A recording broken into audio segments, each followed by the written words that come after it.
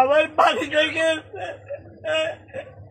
বের হয়েছিলেন নিজের গায়ে হলুদ আর বিয়ের কেনাকাটার উদ্দেশ্যে, ফিরলেন 14 বছর পর।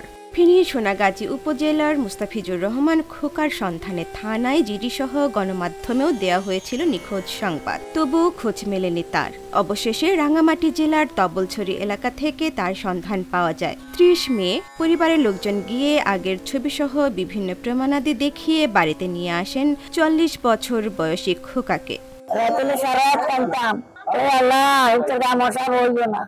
আল্লাহ উচ্চকে মশা খাইছো না, উত্তর কনানে বলছে কনে বনে বলিছে না, কালে বলছে না, জঙ্গলে বলছে।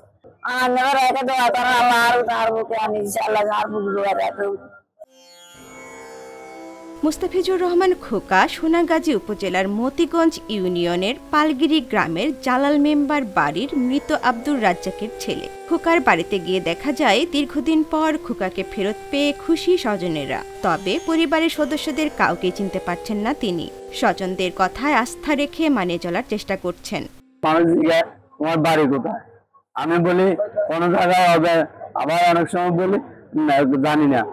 আমি তো এখানে আগে কাজ করি, রাজমিস্ত্রির কাজ। আমি তো বাসা বাড়িতে থাকতাম। আমারে অনেক সময় গত ওই এই যে ভাড়া থাকলে কি দিতে হয়, ঠিকানা দিতে হয়। আমি বললাম কি আমার মালিকের বললাম, বলিয়ে নাই আমার ঠিকানা নাই। 14 গ্রাম কুমিল্লা, কেউ নোয়াখালী, কেউ ফেনী, কেউ ওই বলা। পরিবারের ধারণা কেনাকাটা করার জন্য যাওয়ার পথে অজ্ঞান পার্টির খপ্পরে পড়ে এ সমস্যা হয়ে থাকতে পারে।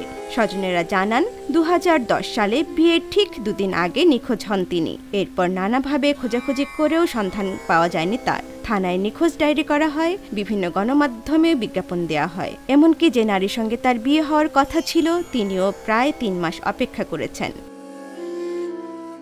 স্বজনেরা জানান চলতি বছর মার্চে তাদের এক প্রতিবেশী রাঙামাটির তবলছড়িতে কাজ করতে গিয়ে মুস্তাফিজুর রহমান খোকাকে চোখে পড়লে তাদের জানান। পরে কখনো দেখা হলে তাদের ভিডিও করে পাঠাতে বলেন স্বজনেরা।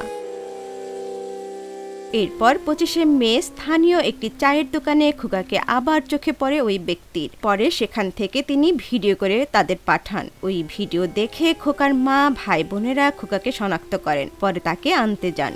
সঙ্গে করে নিখোঁজ হওয়ার আগের বেশ কিছু ছবি, জাতীয় পরিচয়পত্র নিয়ে যান। উপজেলার তবলছড়ি কেন্দ্রীয় মসজিদ এলাকায় মোস্তফা নামের এক ব্যক্তির বাড়িতে থাকতেন মুস্তাফিজুর রহমান খোকা। পরে স্থানীয় গণ্যমান্য ব্যক্তিকে প্রমাণ দেখিয়ে 30 মে বাড়িতে নিয়ে আসা হয় মুস্তাফিজুর রহমান খোকাকে। আমার ভাই গায়ে হলুদ আগের দিন বাজার করতে ফিনিশ হয়ে গেছে, আর ফিরে আসে নাই। অনেক খোঁজাখুঁজি করছি, এত বছর 2 বছর লাতি অনেক জায়গায় খোঁজাখুঁজি করছি। কক্সবাজারে একবার দেখা গেছে, ওখানেও খোঁজাখুঁজি করছি। সব মানে সব জায়গায় খোঁজাখুঁজি করছি। এত বছর পরে এখন রাঙামাটি পাইছি।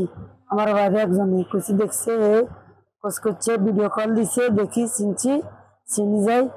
এই রাঙামাটি থেকে কালকে নিয়ে আসি।